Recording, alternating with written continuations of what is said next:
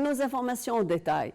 Le président Abdel Fattah al-Sisi a assisté à la prestation du serment du conseiller Dr Abou Bakr Siddiq Mohamed Amer, président de l'organisme des procès de l'État. Au cours d'une réunion avec le président Mohamed Amer, le président Sisi lui a souhaité succès en assumant sa responsabilité, affirmant l'attachement à instaurer l'État de droit établi sur la justice et l'égalité. Le président Sisi a d'autre part décerné l'ordre de la République du premier degré au conseiller Hussein Abdou Khalil, l'ex-président, en appréciation des efforts déployés en appliquant la loi. Le Conseil des ministres, présidé par le Premier ministre, Dr Moustapha Madbouli, a tenu aujourd'hui sa réunion hebdomadaire au nouveau siège du Conseil à la nouvelle ville d'El Alamein. Le Conseil a examiné un nombre de dossiers d'ordre économique, social et sécuritaire, les projets de loi et les décisions ministérielles visant à réaliser la stabilité économique.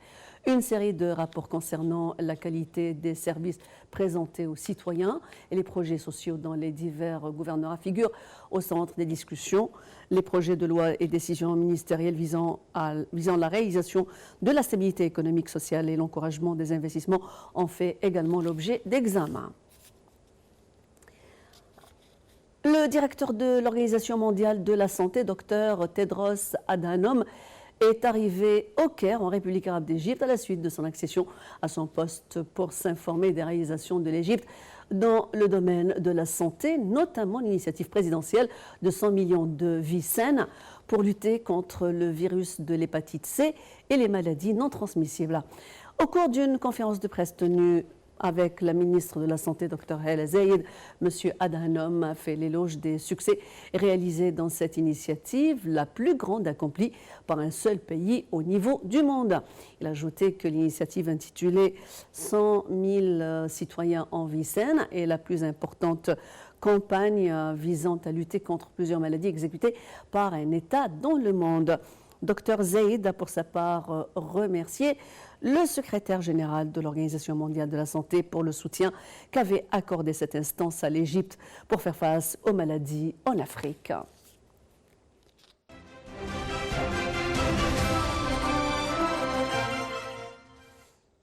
Sur le plan régional, on commence par la transition vers un pouvoir civil au Soudan, né de l'accord historique entre les militaires et la contestation, qui a pris corps avec l'investiture du Conseil souverain et d'un nouveau Premier ministre salué par les Nations Unies. Un gouvernement devrait être formé dans la semaine qui vient, puis les nouvelles institutions s'attelleront à tenter de redresser.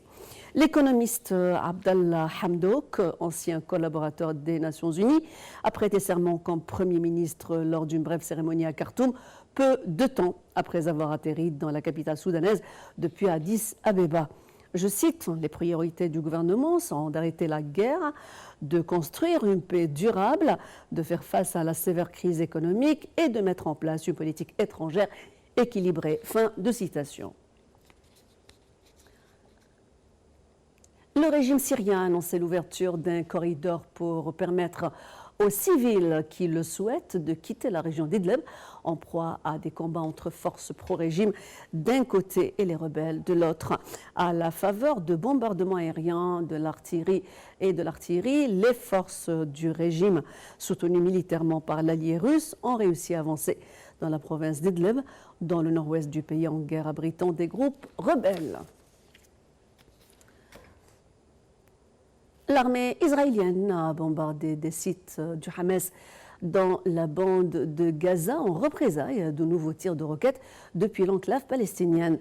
Le Hamas avait tiré de roquettes en direction d'Israël, portant à 6 le nombre de ses frappes en moins d'une semaine depuis Gaza, selon l'armée israélienne qui n'a rapporté aucun blessé ni dommage et n'a pas précisé où les roquettes étaient tombées.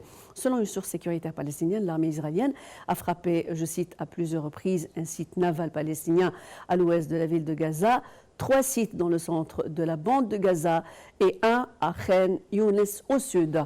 Fin de citation. Le porte-parole de l'armée libyenne, le général Ahmed El-Mesmeri, a annoncé que l'armée a expulsé des groupes terroristes dans la région de la Azizia, au sud de Tripoli.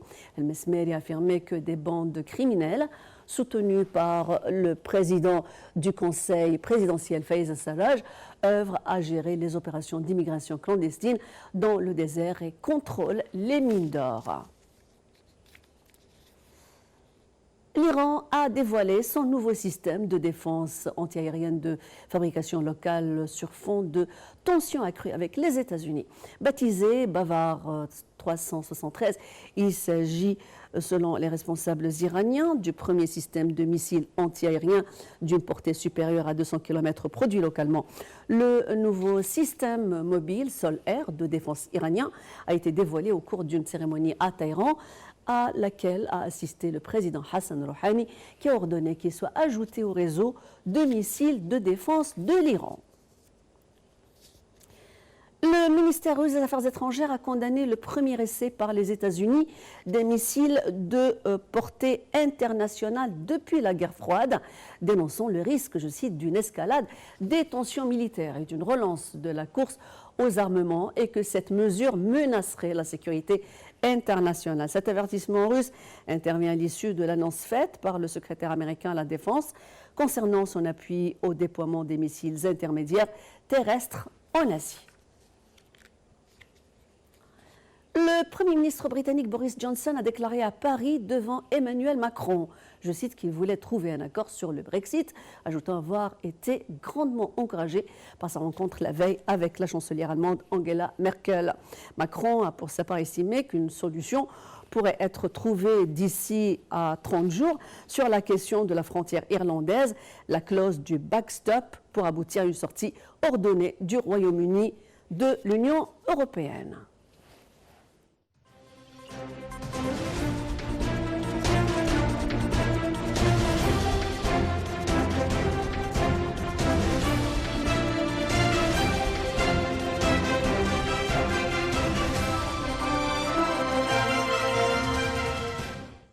Dans notre journal économique, on commence par le recul qui a dominé les indices de la bourse du Caire lors de la séance d'aujourd'hui qui a été affectée par les ventes des investisseurs égyptiens et arabes. L'indice principal EGX 30 a reculé d'environ 0,2% pour se stabiliser au niveau des 14 332 points.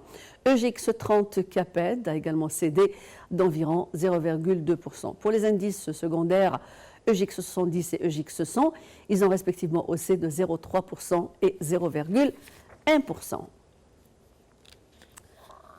L'agence américaine Bloomberg a souligné que la bourse égyptienne a pu progresser au début du mois d'août en cours. L'indice EGX 30 a réalisé des gains atteignant 7%, se classant à la tête de la liste des meilleurs indices mondiaux au cours de ce mois.